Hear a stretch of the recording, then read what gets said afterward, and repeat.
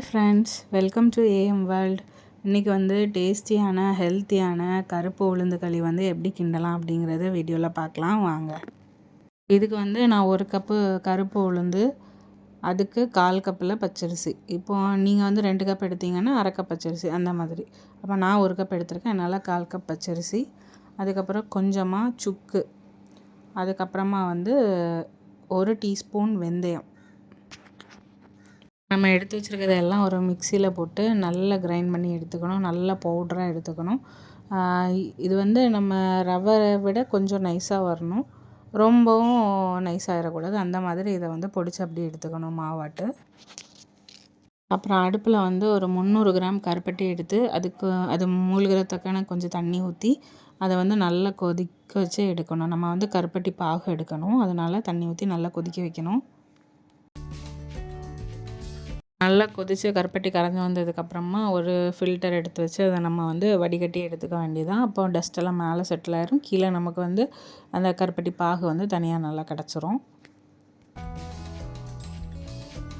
இப்போ அந்த கருப்பட்டி பாகு கூட கொஞ்சமாக தண்ணி ஊற்றி அதை வந்து அடுப்பில் வச்சு சூடாக்கணும். ரொம்ப தண்ணி ஊற்றக்கூடாது, நல்லா வாட்டர் ஏறக்கூடாது. அதனால் தேவைக்கு கொஞ்சமாக தண்ணி ஊற்றிட்டு அதில் வந்து அந்த மாவு வந்து கொஞ்சம் கொஞ்சமாக உள்ளே போடணும். ஒரு கையால் உள்ளே தட்டிட்டு இன்னொரு கை வச்சு நல்லா கிளறி விட்டுட்டே இருக்கணும். அப்போ தான் கட்டி பிடிக்காமல் இருக்கும். ஒரேடியாக போட்டோன்னா கட்டி பிடிச்சிரும். அதனால் கொஞ்சம் கொஞ்சமாக போட்டு அதை அப்படி கிளறி விட்டுட்டே இருக்கணும். அப்படி ஒரு வேளை சின்ன சின்ன கட்டி ஏதாவது வந்தது அப்படின்னா அதை அந்த ஸ்பூன் வச்சு அப்படியே உடச்சி விட்டுறலாம். தேய்ச்சி விடும்போது அப்படி உடஞ்சிரும்.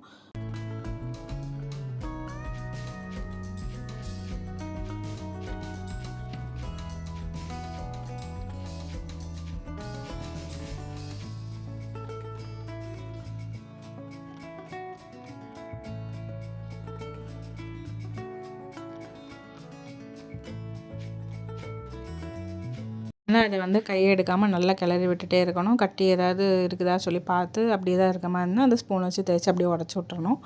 இதை வந்து கிண்டும் போது கொஞ்சம் பாத்திரத்தில் அப்படி ஒட்டுற மாதிரி ஒரு ஸ்டேஜ் வர டைமில் நல்லெண்ணெய் ஊற்றணும். எவ்வளோ நல்லெண்ணெய் ஊற்றுறோமோ அவ்வளோத்துக்கு நல்லாயிருக்கும். நம்ம சுக்கும் போட்டிருக்கனால நல்ல மணமாக இருக்கும். அப்போ நல்லெண்ணெய் ஊற்றி அதை வந்து கையை எடுக்காமல் அப்படி கிளறிட்டே இருக்கணும். அப்போ இந்த மாவு வந்து அப்படி கெட்டிப்பட்டு நல்லா அழகாக வந்து நமக்கு உளுந்தங்களி நல்லா வெந்து அழகாக கிடச்சிரும். மாவு நம்ம நிறைய நல்லெண்ணெய் ஊற்றி பண்ணுறதுனால ஒரு 2 நாளுக்கெல்லாம் கெட்டு போகாமல் இருக்கும். நம்ம வந்து கருப்பு உளுந்து, பச்சரிசி, சுக்கு, வெந்தயம் இதெல்லாம் போட்டு மிக்சியில் அடித்து வச்சுருந்தோம்ல, அந்த மாதிரி அடித்து ஒரு டப்பாவில் போட்டு ஃப்ரிட்ஜில் வச்சுருந்தோன்னா ஒரு 3 வாரத்துக்குலாம் நல்லாயிருக்கும். ஸோ நமக்கு வேணுங்கிறப்ப அதை வந்து எடுத்து நல்லெண்ணெய் ஊற்றி நல்லா அழகாக கருப்பட்டி பாகெல்லாம் ஊற்றி நல்லெண்ணெய் ஊற்றி நல்லா கிளறி எடுத்துட்டோம்னா நமக்கு வந்து உளுந்தங்களி ரெடி ஆயிரும். இது வந்து ரொம்ப ஆரோக்கியமான ஒரு உணவு. இது சாப்பிட்றப்போ நம்மளுடைய எலும்புகள்லாம் நல்லா பலம் பெறும். ரொம்ப நல்லது. கருப்பட்டியும் போடுறதுனால நல்லா இனிப்பாக இருக்கும், கிட்ஸுக்கும் பிடிக்கும்.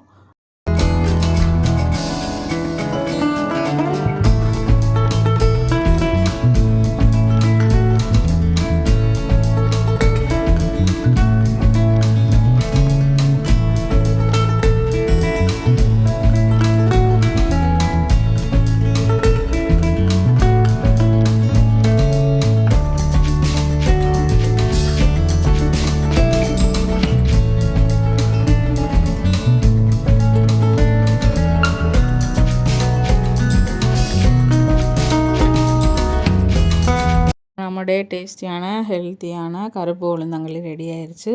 நீங்களும் ட்ரை பண்ணி பார்த்துட்டு உங்களுக்கு எப்படி வந்ததுன்னு கமெண்டில் சொல்லுங்கள். நெக்ஸ்ட் வீடியோவில் பார்க்கலாம். பாய்.